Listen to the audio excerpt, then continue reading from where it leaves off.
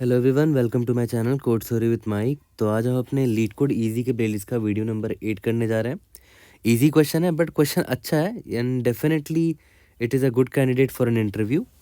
Leet code number 1582, special positions in a binary matrix. ठीक है, इसको हम दो तरीके से बनाएंगे, एक ब्रूट फोर्स तरीका होगा, एक और थोड़ा बेटर अप्रोच होगा उसका।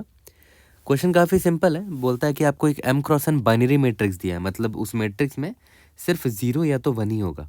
ठीक है, return the number of special positions. तो स्पेशल पोजीशन का मतलब क्या है?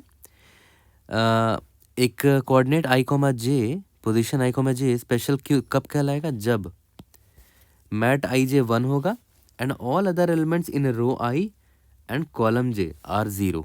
ठीक है, जैसे इस एग्जांपल में देखो, ये 0 1 2 0 1 2 है ना। ये देखो 0,0 जो है ये क्या है? 1 है।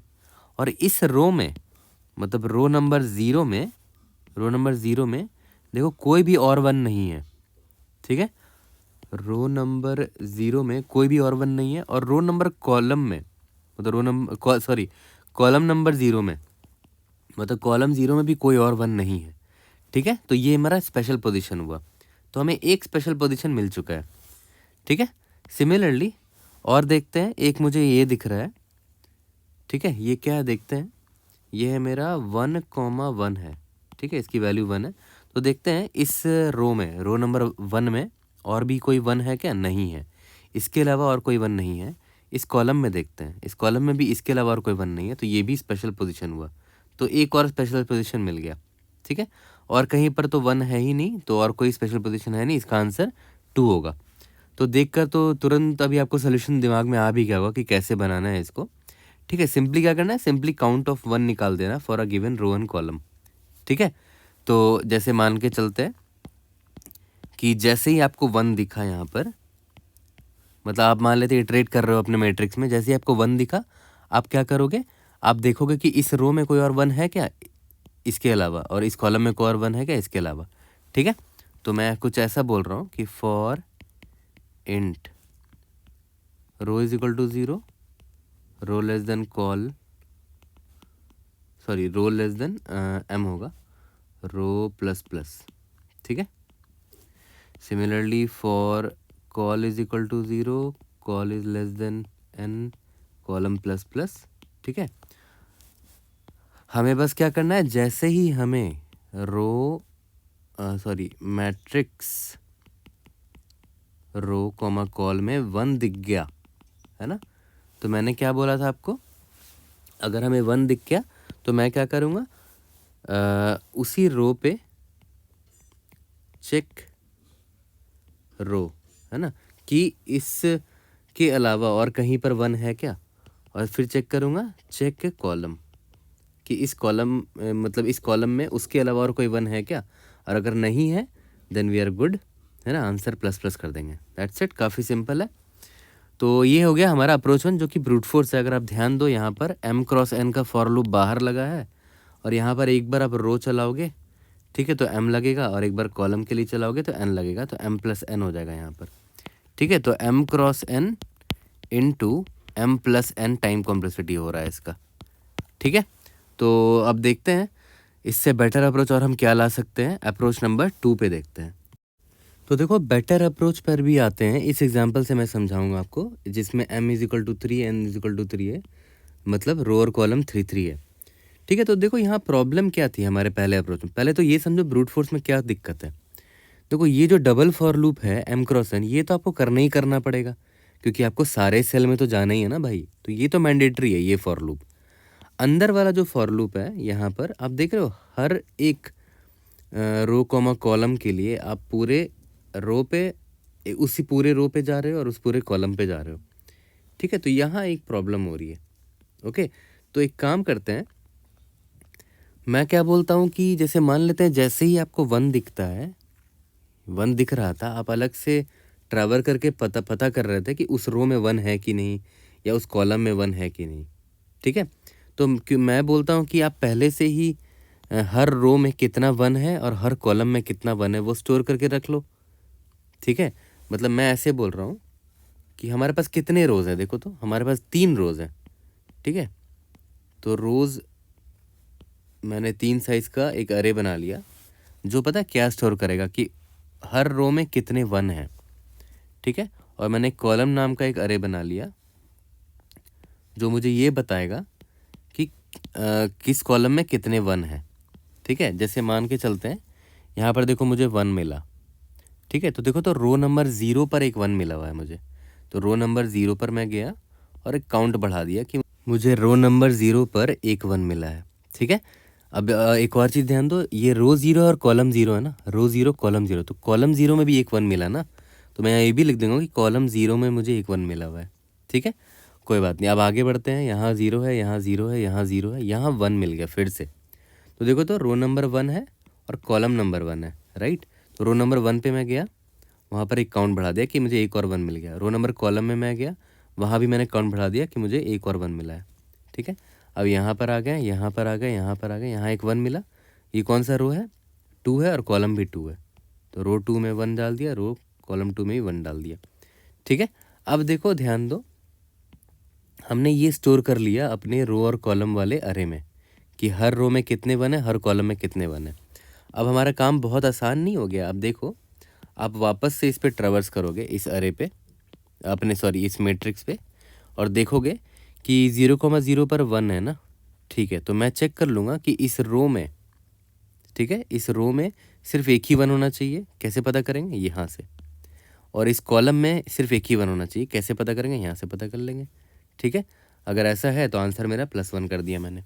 अब मैं यहाँ पर आया, ये तो 0 है, इसको इग्नोर करो, 0 है इग्नोर करो, 0 है इग्नोर करो, यहाँ पर आ गए, ठीक है।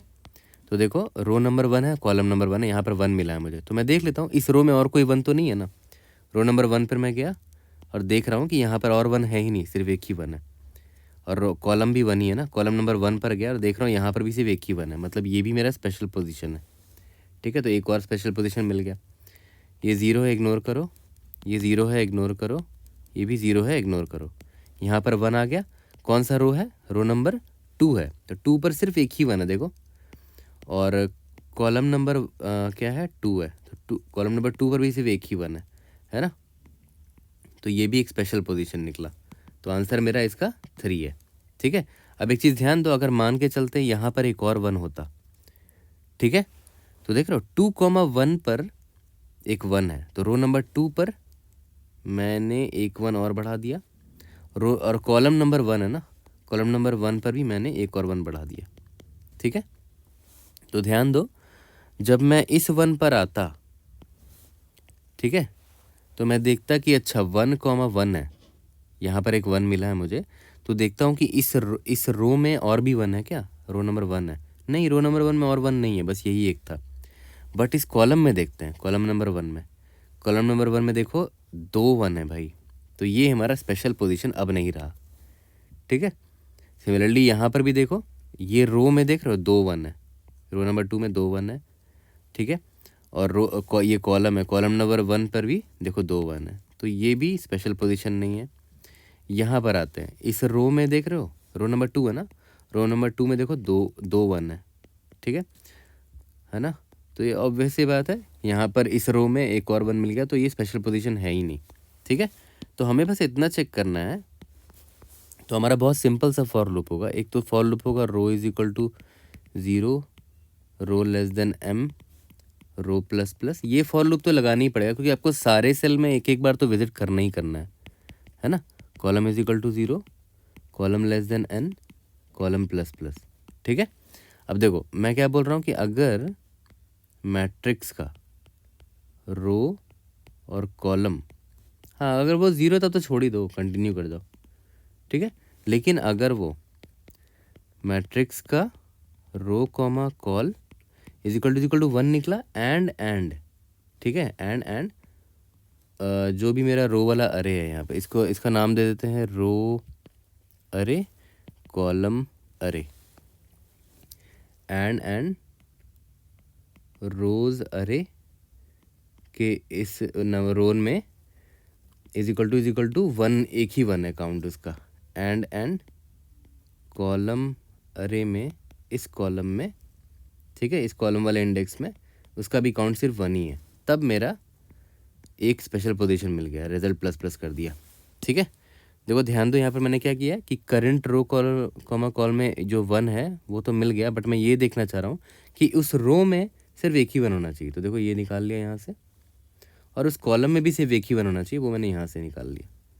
ठीक है, और ये हम स्टार्टिंग में ही स्टोर कर लेंगे। ओके, काफ़ी सिंपल सा अप्रोच था दोनों। इसका टाइम कॉम्प्लेक्सिटी भी देखो इम्प्रूव हो चुका है, सिर्फ m क्रॉस n लग रहा है यहाँ पर, है ना। ठीक है, टाइम कॉम्प्लेक्सिटी, लेकिन हाँ स्पेस कॉम्प्लेक्सिटी बढ़ गया क्योंकि हमने m प्लस n साइज़ का अरे लिया है, ये m है और ये n है। ठीक है, तो स्पेस कॉम्प्लेक्सिटी यहाँ हमारा बढ़ गया, लेकिन टाइम कॉम्प्लेक्सिटी इंप्रूव हो गया है थोड़ा। तो चलो जल्दी से कोड करते हैं दोनों अप्रोचेस से और इसको फिनिश करते हैं। तो चलो कोड करते हैं, अपने दोनों अप्रोच से करेंगे। सबसे पहले अपना ब्रूट फोर्स अप्रोच पर आते हैं। सबसे पहले रो कॉलम ले लेते हैं और एक रिजल्ट नाम का वेरिएबल ले लेते हैं। ठीक है, अब देखो सबसे पहले तो सारे सेल में जाना पड़ेगा ना, तो row is equal to 0, row is less than m, row plus plus, for int col is equal to 0, col is less than n, col plus plus. यहाँ तक क्लियर है। अब जैसे ही मैं यहाँ पर पहले तो ये लिख देता हूँ कि अगर matrix of row comma col is equal to 0 है तब तो कंटिन्यू कर जाओ, कुछ कर नहीं सकते, है ना। अगर ऐसा नहीं है मतलब matrix of row comma col पक्का 1 है। ठीक है, तो बस अब हमें ये देखना है कि उस कॉलम में कोई और 1 तो नहीं है और उस रो में कोई और 1 तो नहीं है ना। तो स्टार्ट करते हैं। For int r is equal to 0, r is less than m, r plus plus, column में चेक करेंगे। ठीक है, तो पहले तो ये देख लो कि वो r नॉट इक्वल टू रो होना चाहिए। ठीक है, क्योंकि ऑब्वियस ही बात है वो रो और मतलब उस रो में तो एक 1 है ही, उसके अलावा बाकी और किसी रो में उसी कॉलम में 1 है कि नहीं वो चेक कर रहे हैं बस। Matrix of r comma col is equal to अगर 1 हो गया, ठीक है, तो ये स्पेशल पोजीशन तो है ही नहीं। ठीक है, तो यहाँ पर मैं बूलियन वेरिएबल ले लेता हूँ, बूलियन स्पेशल, है ना, is equal to true mark कर देते हैं अभी इसको। अगर ऐसा है नहीं है तो यहाँ पर special is equal to false कर देंगे, मार्क कर देंगे। ठीक है, और बाकी चेक करने की ज़रूरत ही नहीं है। ठीक है, और यहाँ पर भी ये तो चेक कॉलम कर लिया, अब चेक रो कर लेते हैं। ठीक है, for int column is equal to 0, column is less than n, column plus plus. ठीक है, इफ़ ये वाला c not equal to column होना चाहिए, उसके अलावा बाकी कॉलम्स में चेक करना है ना। मैट रो तो वही रहेगा और ये वाला कॉलम अगर वो इज इक्वल टू 1 हो गया, ठीक है, तो फिर वही करेंगे। स्पेशल नहीं है क्योंकि उस कॉलम में एक और 1 मिल गया, ब्रेक कर देते हैं यहाँ पर। ठीक है, और अगर special is equal to true रहा, मतलब कोई ना उस रो पे ना उस कॉलम में कोई 1 मिला मुझे, तो मुझे एक स्पेशल पोजीशन मिल चुका है, तो रिजल्ट में मैंने प्लस प्लस कर दिया।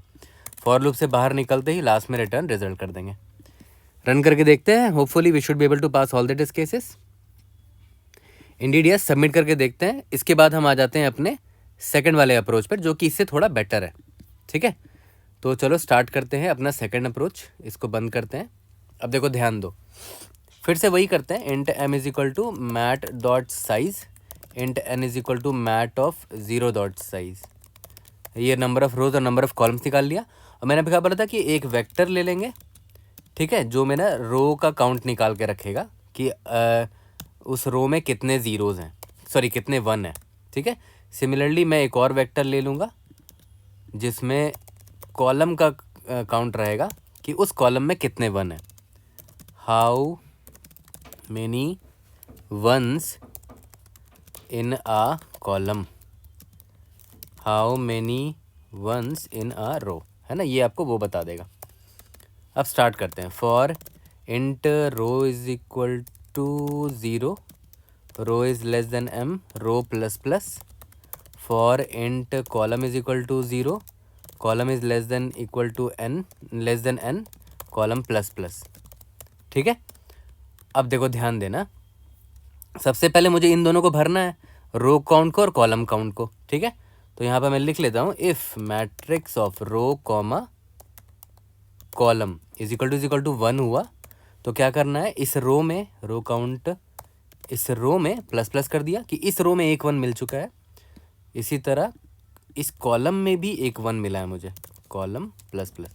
यहाँ तक क्लियर है। तो ये एक पास मैंने किया पूरे मैट्रिक्स का, नंबर ऑफ रोज और नंबर ऑफ कॉलम मतलब रोज़ में कितने वन है और कॉलम्स में कितने वन है वो स्टोर करने के लिए, ठीक है, किस रो में कितने वन है, किस कॉलम में कितने वन है। इसके बाद स्टार्ट करते हैं अपना final iteration, result is equal to 0।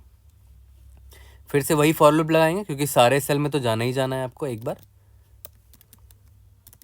Okay, अब सबसे पहले तो कि भाई if matrix of row comma col is equal to 0 है, तब तो कुछ नहीं, कंटिन्यू कर जाओ।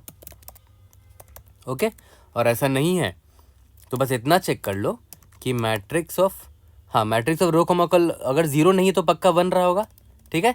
बट हमें ये चेक करना है कि उस रो में कोई और 1 तो नहीं है, मतलब रो काउंट उस रो में सिर्फ एक ही 1 होना चाहिए जो अभी मुझे मिला है ना, और उस कॉलम में भी